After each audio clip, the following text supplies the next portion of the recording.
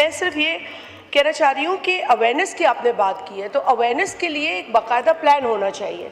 देखिए, ये एक ऐसी चीज़ है जो बढ़ती जा रही है, मैसेजेस आ रहे हैं, कॉल्स आ रहे हैं, ढिठाई के साथ आ रहे हैं, लोगों ने वेबसाइट्स बना ली हैं झूठी झूठी। सो ये एक सीरियस इशू है, अवेयरनेस नहीं है, ना दी जा रही है। आपको सर एक एडवाइस भी होगी इस फ्लोर से टू दी ऑनरेबल मिनिस्टर कि आप मीडिया हाउसेस को भी इंगेज करें। अगर हम उनसे एक फेवर ही ले लें कि जी फ्री टाइम हमें दे दें, ऑन एयर 5 सेकंड का दे दें, या आपके जो टेलीफोन कॉल्स आते हैं उसमें अगर रिकॉर्डिंग्स चलने लगे कि आप इस तरह के फ्रॉड से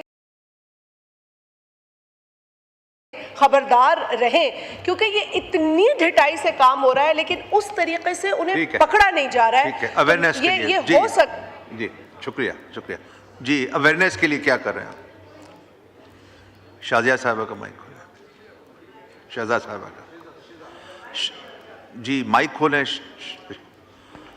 जी जी सर, बिल्कुल again absolutely correct sir. Honourable member ने जो बात की है, हम पाकिस्तान टेलीकॉम अथॉरिटीज़ पे ज़्यादा अवेयरनेस का काम करती है, digital awareness sir. I just want to point out a challenge that we face on the side of the government के अवेयरनेस का जो पूरा सिलसिला है, ये बड़ा इट्स एन एक्सपेंसिव बिजनेस।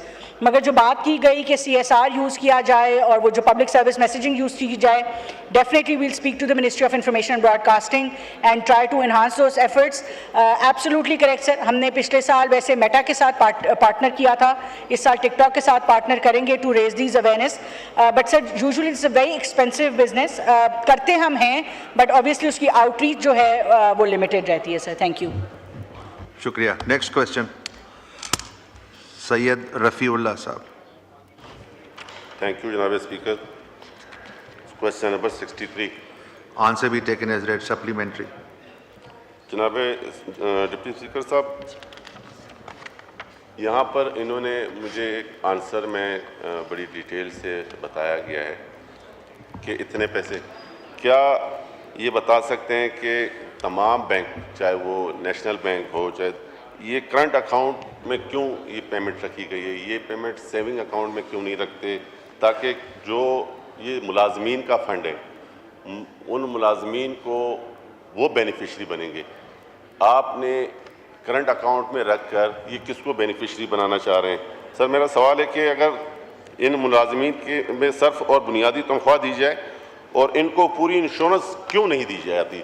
सिर्फ एक वो जो बुनियादी सैलरी है उसके तहत उनको कंप्लीट करके दिए। अगर ये 28 अरब रुपए या 30 अरब रुपए ये करंट अकाउंट से सेविंग अकाउंट में होते तो उससे जो इनकम आती है उसमें इन्हीं लोगों के जिनके पैसे हैं उनके फलाह के लिए, वेलफेयर के लिए, उनके उसके बेनिफिट्स के लिए ये बेहतर हो। तो ये करंट अकाउंट से सेविंग अकाउंट में क्यों नहीं आ रहे? नंबर एक। और उसकी बात यह कि इनको प्रॉपरली पेंशन क्यों नहीं दी जाती, बढ़ाया क्यों नहीं जाता? शुक्रिया। डॉक्टर दर्शन साहब। स्पीकर साहब, ये एक एक्ट है जो 1960 का एक्ट है, तो उसी में ये जो पैसे जो आते हैं ये उसी करंट अकाउंट में आते हैं नेशनल बैंक में। और उसके बाद में ये जो है जो नेशनल बैंक की जो अप्रूव्ड जो बैंक्स हैं जिसके जो रेट्स हैं AA से प्लस है, वहाँ पे वो जाते हैं, वहाँ पे वो सेविंग में जाते हैं, वहाँ से ये बेनिफिट भी होता है, प्रॉफिट भी आता है। तो करंट में इसीलिए जाते हैं कि ये एक्ट के तहत इसी में हम पाबंद है कि हम उसी में ये पैसे दें, लेकिन वो डेली बेसिस पे फिर वो जो है वो पैसे चले जाते हैं वो बैंक में दूसरे में, वहाँ से फिर ये 6 महीने के लिए डिपॉजिट होते हैं। जो भी बैंक से 12 बैंक्स हैं जो उसके नेशनल बैंक की अप्रूव्ड है तो उसी में जाते हैं, जिससे ये बेनिफिट भी होता है। और इसी से दूसरा ये भी होता है कि डेली वेजिस पे वहाँ से